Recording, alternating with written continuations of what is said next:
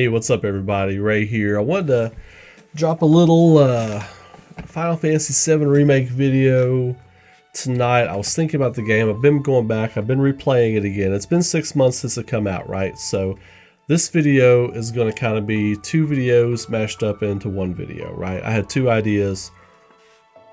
A little GOTY Talk, a little Game of the Year talk. There's some big contenders out there. I'll get to that. But also I wanted to have like a little 6 months later kind of video, right? 6 months after Final Fantasy VII Remake came out and I finished my first playthrough or whatever. Do I still feel the same about the game? Do I still feel it's a 9.8? That's why I scored it. Hey, my score doesn't matter. That's just kind of what I wanted to put on it. Nobody cares about my score, you know? I'm not like a big publication, but people were asking me. So I wanted to throw that out there, that I scored it a 9.8. I really thought it was that good. The only aspect about it I didn't like, I'll get into, but that aspect I didn't like is still an aspect I don't like. But over time, the aspects that I actually loved about the game have kind of, I've become more fond of those aspects, if that makes sense. So follow me here real quick.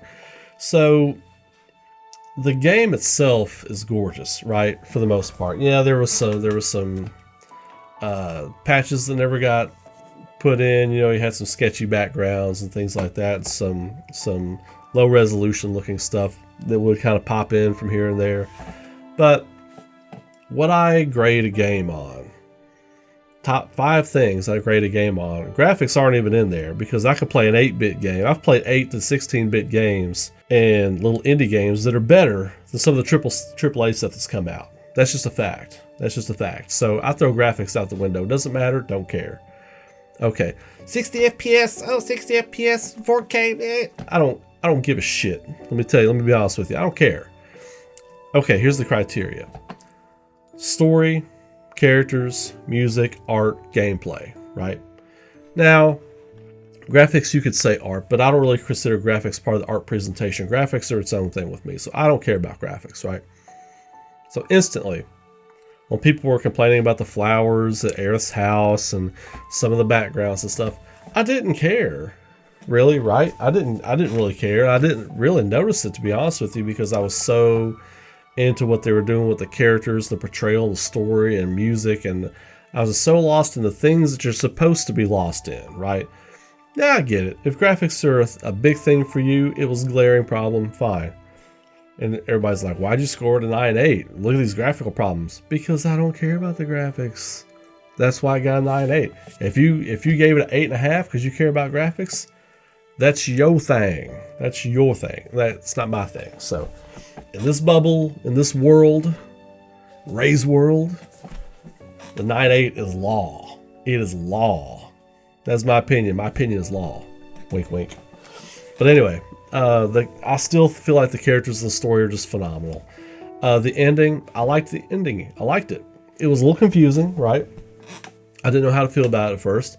But now that I look back and all the speculation videos we've done and all that other kind of stuff that we've all interacted with on this channel and all the little things we've put out, the more I've thought about it, the more I'm like, I dig where it's going. I really dig where it's going. I'm looking forward to seeing what they put out. But game 2, they gotta drop a banger on game 2, right? Game number 2 has to be hot. It can't be trash, right? But that's a video for another time. The story is great. The characters are great. They did a great job with that. The art presentation is phenomenal. I love what they did with Midgar and with the update on people's designs and just kind of the feel and the look of what they did with Midgar. I thought that was amazing. It took some of the hints and stuff from Advent Children about the way the cities looked, and it exemplified those things. And though you couldn't go into certain areas of Midgar that I wish you could have, and I'll get more into that in gameplay, it is, I'm fine with it overall, right? I'm fine with it overall, because we will have to go back to Midgar, and I hope that opens up with the PlayStation 5, and you can go to see more Midgar, that kind of thing. Now, music. The music is otherworldly. I actually have people argue with me online and they were like, I can't believe you like the music so much. You know, I thought the music was trash compared to the original soundtrack. Look, you're going to bring that to me. You know, everybody have their opinion. That's fine. Everybody can have their opinion. I get it. I'm cool with it. Whatever. Your opinion is your opinion. But if you come to me and say the music in this game is trash, it makes me think you don't know what good music sounds like. So I automatically discard your opinion. We didn't even have a conversation. I just heard some breeze blowing in from the window. I didn't even have a conversation with a person. That being said, again, the music is phenomenal. The remixes were great. I dug, like, some of the little musical cues, I questioned why they did it. Like, Wall Market didn't sound like Wall Market. You know what I mean? I didn't know what they did with that. And the music that actually played in Wall Market, I found kind of annoying after a while, because I kept going in and out of the Corneo Arena, right? And you would just hear that music start over all the time. And I really got sick of it. Now, with the Wall Market music playing there, I don't feel like I would have gotten sick of it. Small nitpick, but the music was great. The tracks were hot. I think we're going to get all new tracks now, because I feel like, okay, we got Genova's remix out of the way. We got One Winged Angel's remix out of the way. We got all these other remixes out of the way. I feel like they're going to have new music coming for Final Fantasy VII Remake Part 2. New themes, you know, because we're going to have Genesis in there. You all just sit tight. Genesis is going to be in there, right? He's going to be in there. Zack, I feel like we're going to have some new Zack music. And what other new characters they want to throw in? Roche, I feel like he's going to have a bigger role. And whatever characters they mix and splice in there, I think we're going to have new themes. And we will have some new takes and remixes on the current themes. Tifa's theme, Aerith's theme. Just the slow little piano with the strings coming in slowly when her and Cloud are in the park. Just perfect, just beautiful, just gorgeous. I mean, it almost brings a tear to your eye when you go back and play that scene. The game is just a masterpiece. People want to hate on it, fine. Hate on it. You want to be a contrarian? Fine. If you legitimately have a problem with the game, in your opinion, that's cool too. My thing is not to get people to believe my opinion or take my opinion over anyone else's. I respect your opinion. Here, on my channel, in my world, my opinion is law. Boom. And this game is still a 9.8. Now, story, characters, music, art, gameplay. Now, gameplay, I love the battle system in the game. I loved how intricate it was and how it was designed to let you play how you want to play. They said that in the press conference, and it was actually legitimately true. Now, if you wanted to play as a summoner, tough. Pretty much is what they told you, right? I feel bad for all my people in the community that wanted to use summons a lot. It wasn't in the cards. It's not how they designed the game. I wish you could have. Me, I don't use summons a lot. I'm a kick down the door and swing my sword and blast people with fire kind of guy. Ask anybody who's ever watched me play Skyrim. I am not creative about that at all. I run up, sword to somebody's head, fire ice blast to somebody off in the distance, maybe a little mind control, and I'm out. But so with the gameplay though, there were areas, and if you watch, especially if you watch like the latest gameplay videos I uploaded, because I'm still uploading those gameplay videos from my original playthrough. There were areas, all that padding really wore on me. That was a problem. And going back and playing it now, it's still a problem. Because here's the thing, with a JRPG, you're supposed to be rewarded for your exploration. I heard people making excuses for Square being lazy with that, saying, oh, well, it's like real life. If you go down this alley in real life, it's just there. There doesn't have to be anything there. No, nix that. Nix that right now. You're playing a JRPG. It's coming from supposed to be the JRPG company, right? So if I explore off into another area, there needs to be a tough monster that's going to give me a good drop if I beat it, or some good EXP, or some good whatever. Or there needs to be some kind of like reward treasure or whatever, you know? Gotta be something there. That was lazy. Even with all the padding and stuff there, oh, it's there so the other areas can load. You can drop a box right here in this little cubby hole, or this little off to the side area. You can, like, how many times when you're going through, before you get to Sector 5, right? That junk heap area, I forget what it's called, but that area, how many times did you have to run out of the way to a certain area there, and there's like no reward, you know, there's just nothing there. That really aggravated me. So that's still a glaring flaw to me 6 months later, and it's worse because they never patched it, right? That is something they could have patched. That's something they could have fixed to pop something in, an expansion, whatever.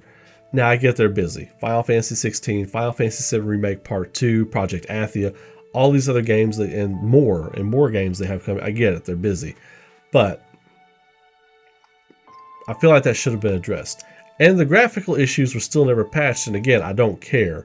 But there are a lot of you out there who that is a big deal to, and I feel like they should have addressed it for you all. They should have addressed it for all of us, right? It was never addressed so far. But that doesn't drop my final score, because all those things that I still adore about the game 6 months later, they're better. I love them more now. So because I hated that one aspect more doesn't mean my score drops, because I still actually love the music and the characters and everything more than I did 6 months ago. I really appreciate the work they did on this. Nothing's really perfect. You know, the gameplay thing I can kind of forgive because they delivered such a fantastic experience for us. And 6 months later, I'm still in love with this game. We've had me and this game have had our disagreements and our falling outs or whatever, you know, and like whatever you want to compare that to, right? But at the end of the day, this is a masterpiece. This game's a masterpiece. It's not even complete. I can't wait to see in 10 or 11 years when this game is done, when all these games are done, looking back on this experience and seeing how like the whole project comes together. It could fall off a cliff, right? Right, absolutely. It could fall off a cliff. It could just take it could take a header off a cliff. Game 2 could be total trash. And if it's total trash, I will tell you it is total trash. If it is a 7.5 out of 10, if it's average, I will say, hey, look, this is an average game. I'm not going to be shy about it. But it's off to a great start. Now, a lot of you have been asking me, what do I think the game of the year is? I kind of leaked it on Twitter earlier. You know, I kind of put the tweet out there, but I'll mention it in this video too. Ghost of Tsushima is amazing. Ghost of Tsushima is amazing. It's a triumphant game. It's one of the best games I have ever played, right? It's one of the best games I've ever played of that style. I would say it's up there with Skyrim and Oblivion, Elder Scrolls 4. But again, what are my 5 criteria, right? Characters, story, gameplay, music, right? Music, art, and gameplay, sorry. So, Ghost of Tsushima does all those things very well. I like the characters in it a lot. I like the story, what it's doing, a lot. The music is good. It's good because I'm a huge samurai movie buff. It's good. But none of those tracks really linger with me. When you're playing the game and you're in the experience and you're really getting that Kurosawa experience, you know, that samurai cinema experience, you're in it, you feel it, it's great. But it doesn't stick with me. Now, one thing I will say that Ghost does better than Final Fantasy VII Remake is the world, the exploration, the actual side quests, all that kind of stuff. It did better. It did it better. And I would say just, you know, if graphics are your thing, which I do care about graphics, but it's not one of my judging criteria. I don't want to sound like I don't care at all about graphics. I do. But it's not one of my judging criteria. Graphically, I think it looks better than Final Fantasy VII Remake. For sure. For sure. But the art presentation, I feel like Final Fantasy VII Remake kills it for me. The music, for sure, for sure. Final Fantasy VII Remake has one of, if not the best soundtrack I've ever heard in a video game. It is, every note is perfect for the moment, for the scene. It's telling an epic story, you know? I mean, it's like, I don't know how to put that into words. I mean, it's exactly how I just explained it. Anyway, long story short, I'll get to the point here. Final Fantasy VII Remake is still my game of the year for 2020. It is my game of the year for 2020. And when January or February, I'm going to do like my top games of this generation, right? Because I want to take time, let it set in after PlayStation 5 comes out. I really want to think about the history of the PS4, where it was, the Xbox One, where games were and everything. I'm not really counting Nintendo Switch because they kind of do their own thing, right? Nintendo does their own thing. I'm going to do this. This is in the top 5. I don't know. I mean, I have to think about it. Right off the cuff, I want to say I had more fun playing this, and I was so much more into this than any other game this generation. But I want to wait. I don't want to put it in top yet because I want to think back about all the experiences I've had playing certain other games and whatnot. But this game, it's top 3 or 5 off the top of my head. It may be the best, maybe my favorite. But Game of the Year 2020 for sure. For sure. No question asked. No questions asked. Not the only thing close. The only thing even close is Ghost of Tsushima. That's real. That's my opinion. That's really real. That's how I feel about it. Now, I also want to say this. Final Fantasy VII. I am a big Final Fantasy fan. I've played them all, right? Except for a couple of the Game Boy games. I didn't play because I never had handhelds. But all the main console games going all the way back to the NES, I've played them all.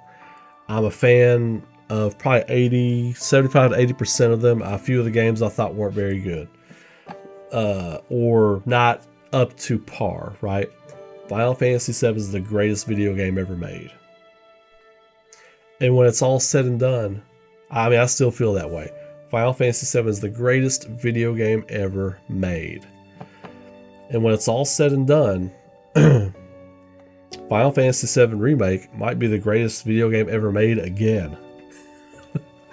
Final Fantasy VII could be the greatest game ever made 2 times, right? That's never going to get touched again. So again, you can have your opinions.